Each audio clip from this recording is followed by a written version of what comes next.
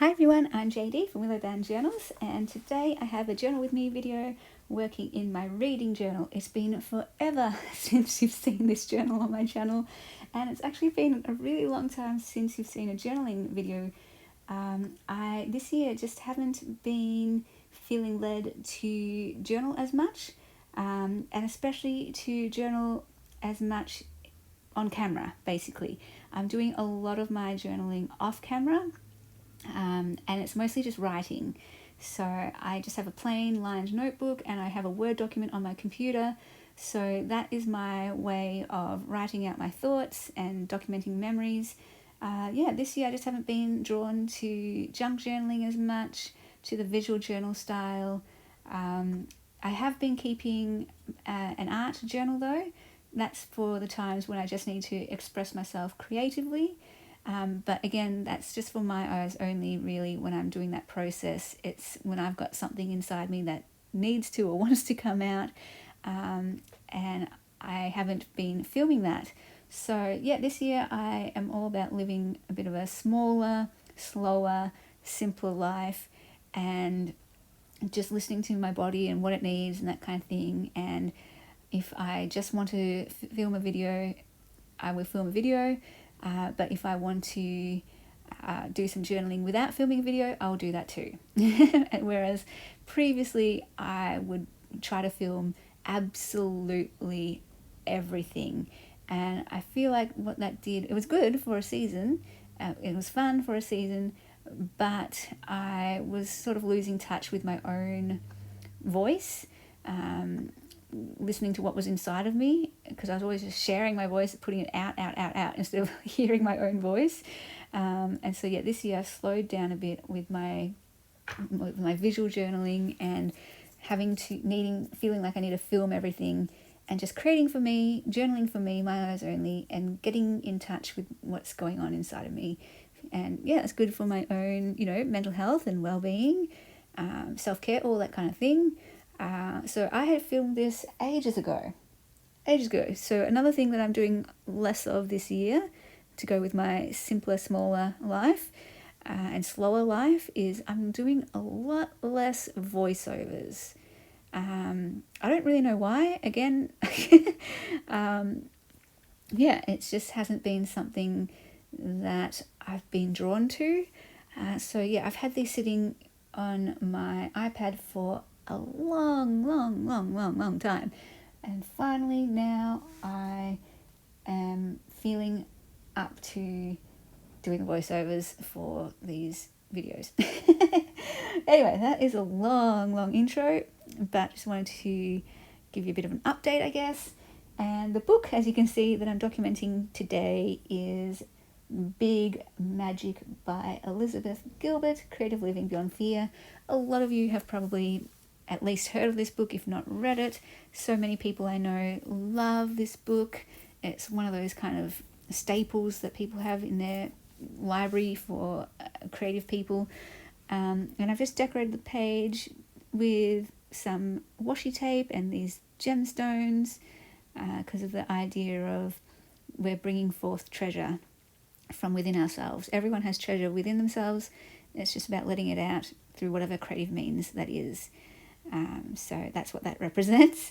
And I read this book as an actual book because I own it. It's one of those books that is a staple in my library. And why did I read it? Because I've read it once before, and I've dived into it a few times, like just selecting random pages. But this is the second time that I read it from start to finish. And the reason was, again, I read this ages ago, last year.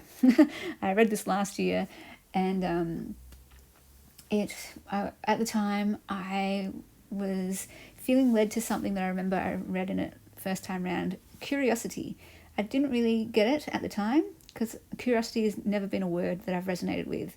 I more resonate with words like cautious, reserved, those kinds of words. Adventure, boldness, curiosity, not words that I ever liked necessarily. So when I read that part about curiosity, about when you don't know what to do, or you're lacking inspiration, all you need to do is follow curiosity. I was like, oh, that's a good point, but it doesn't really resonate with me because I'm always inspired every day of my life. I'm just the kind of person, everything, I see wonder everywhere. And inspiration, I usually go the other way. I'm too overwhelmed with inspiration a lot of the time, which paralyzes me, because I'm like, I want to do everything. I want to create everything. And then I'm like, I can't create everything, so I'll just do nothing. But anyway, last year I was going through a bit of a time where I had phases of just no inspiration, nothing. And it was so frustrating. I was crying tears because it just felt so horrible, this feeling of no inspiration. But I still wanted to create. I was still, that drive to create, but just nothing was coming out. It was so horrible. It was such a frustrating feeling, just crying and crying. And anyway, so I remembered this line about curiosity. I was like, oh, I need to read this book again. So that's why I read it. And it was so helpful. Curiosity became one of my words for this year. This idea that just, is there one thing that you're curious about, that you have a question about, that you're interested in? Doesn't matter what it is, doesn't matter how obscure or weird, whatever it is, just follow that. Find out more about it. Because that's the spark. That's the tiniest little spark. Follow that little flame, that little light. It's almost going out, it's flickering, but that's that tiny little thing. Follow that. And give yourself permission to do that. You might be like, what? That's stupid, following that. Like, should be doing something practical. It's like, no. Sometimes you just need to follow curiosity if that's the only thing that's going to keep you afloat, or that's the only thing that's going to keep you creative or inspired. So I would just follow curiosity. And the word explore was my word for this year. And that ties in with that idea of just being curious. Just follow the trails. Try this, try that. Is there a technique that you're curious about? Who cares what it is? Try it. Is there a supply that you want to use? Go ahead, try it. It's not about creating something perfect. It's just about trying things. Is there a path you want to take? Is there a course you want to take? Is there something you want to learn about? Is there, I don't know, something you want to research? Just, who cares where it will lead? Just take that step, and tomorrow you might not be interested anymore. Cool. Go do something else tomorrow. So that really helped me to get unstuck. And yeah, I was really worried at that time about what do I do with my life? What path do I take? What door do I open? I don't know where I'm going. What am I doing? And every decision was like, do I do this? I don't know. And like, I wasn't sure what was wise to do. And then it was when I was just like, okay, you got to make a decision. Do I go this direction or not? And the thing that helped me to decide was, am I curious about it? Am I interested in this? And if I am, good. I said yes. So I said yes to, for example, art therapy. It didn't work out. It wasn't for me. I really, really loved it, but just at the time of my life, it wasn't the thing for me at that time. Maybe it is in the future. I still love it, still interested in it, but to get a qualification, not for me at this time. But I tried it, and for 3 weeks, I loved it, and it was the best thing. And it showed me closer to what I was led to, which ended up being bookmaking. When I did the bookmaking course, the same thing. I was like, I don't know if this is the right decision. But this year I've done the bookmaking course. Well, I'm still doing it. It's a year-long course. And this feels right. I am loving this, and it feels really good. But yeah, originally it was just like, I'm curious about it. All right, let's do it. So those are just 2 examples in my life. Anyway, so follow curiosity. Anyway, some other thoughts that I had from this book. I love this line about become a poet the way people become monks, as a devotional practice, as an act of love, and a lifelong commitment to search for grace and transcendence. I thought, yes, I want to become a writer. I want to be a writer and an artist and a creator that way. Not as like as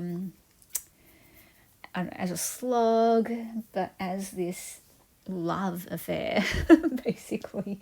And to not measure your worth or your creations by success or failure, but your dedication to the craft.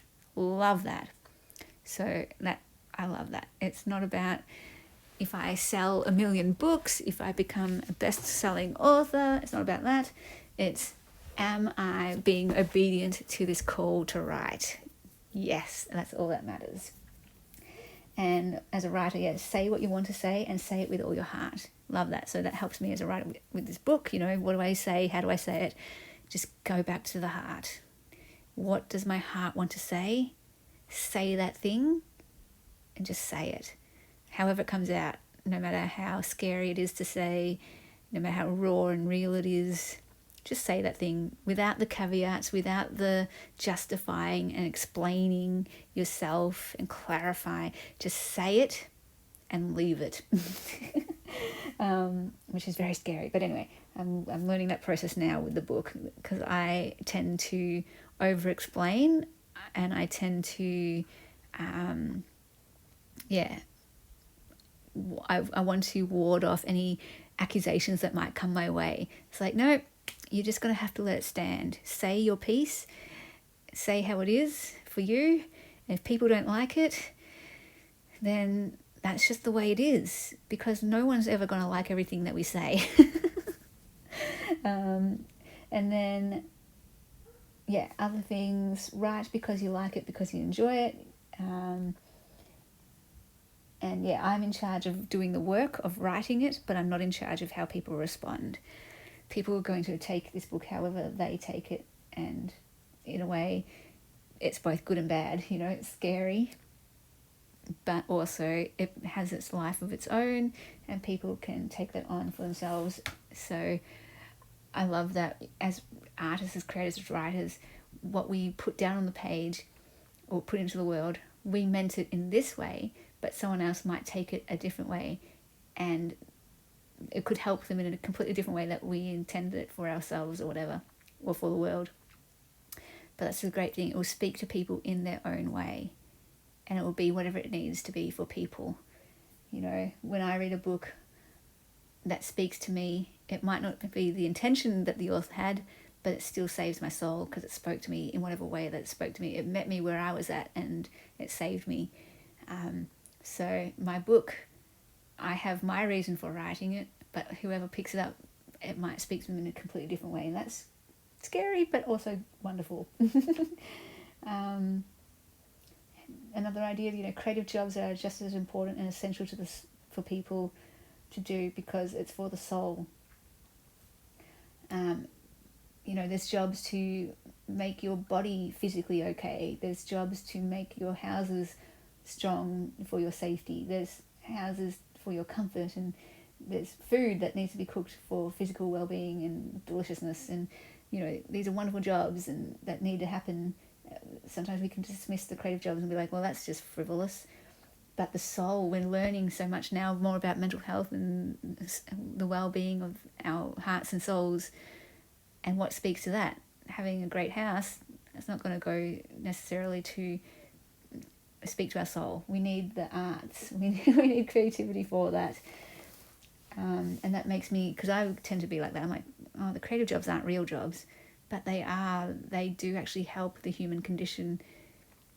Some jobs help with the physical aspect of human living, others help with, whatever it is, but the creative jobs help with the soul, which is just as important as the physical. Anyway, that was a quick thought that I wouldn't have got when I was younger, but now that I'm older, I see that truth. Go where inspiration takes you, just trust it. It might not lead you to where you think it will, but it will get you on the way to where you need to be. That transcend moments from writing for me.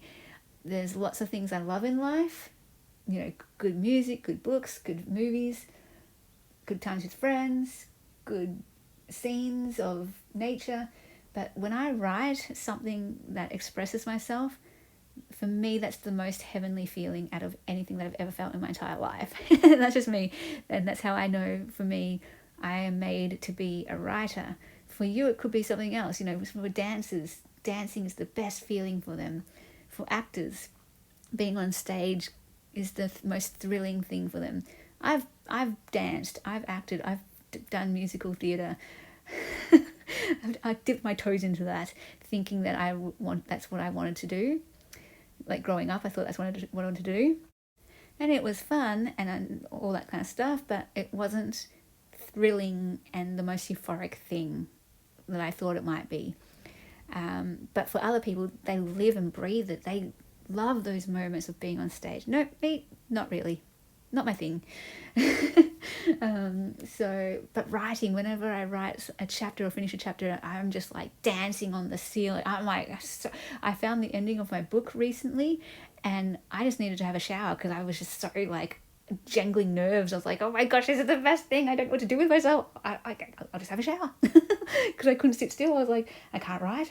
I can't create. I'm just so excited. I just gonna go have a shower and just like debrief, because the shower is my place, where you can just, you can just let it all out in the shower. There's no distractions and you can just think. So I just needed that time to just like, okay, I don't need to do anything with my hands. I can just be here in the shower and just for these 10 minutes think about this euphoric feeling of the book ending. So yeah, anyway, I'm curious, is there something in your life that you've discovered that gives you that euphoric feeling? What is it for you? Okay, I've just looped this video because I had a little bit more to say, but all to say, this book, I enjoy it. It has lots of useful tips and truths that speak to my soul, and it's for different times. Like at a different time in my life, when I read it, different things will speak to me. That's the great thing about this book. So I gave it 4 stars. It's not necessarily one of those books that I'll read every year, which is what I reserve for that, but I do own it, so it's automatically a 4-star if I own it. It's one of those ones more if I feel led creatively at a time to read it for help. That's what I'll read it for, as opposed to a book that I'll just read for just fun anytime, anywhere. Okay, hope that makes sense. Hope you enjoyed that video. Very chatty, very rambly, and I'll see you guys in the next video. Thanks for watching. Bye guys. Big thank you to my beautiful patrons who supported me in June. I could not do this without you, so thank you so much for helping me do this channel and be a full-time creative. If you would like to become a patron, there is a link to my Patreon down below in the description box, where you get access to extra videos and printables and mail and journals, depending on what tier that you would like to support me at. You can also check my journaling courses down below in the description box, and all the different places to find me there too.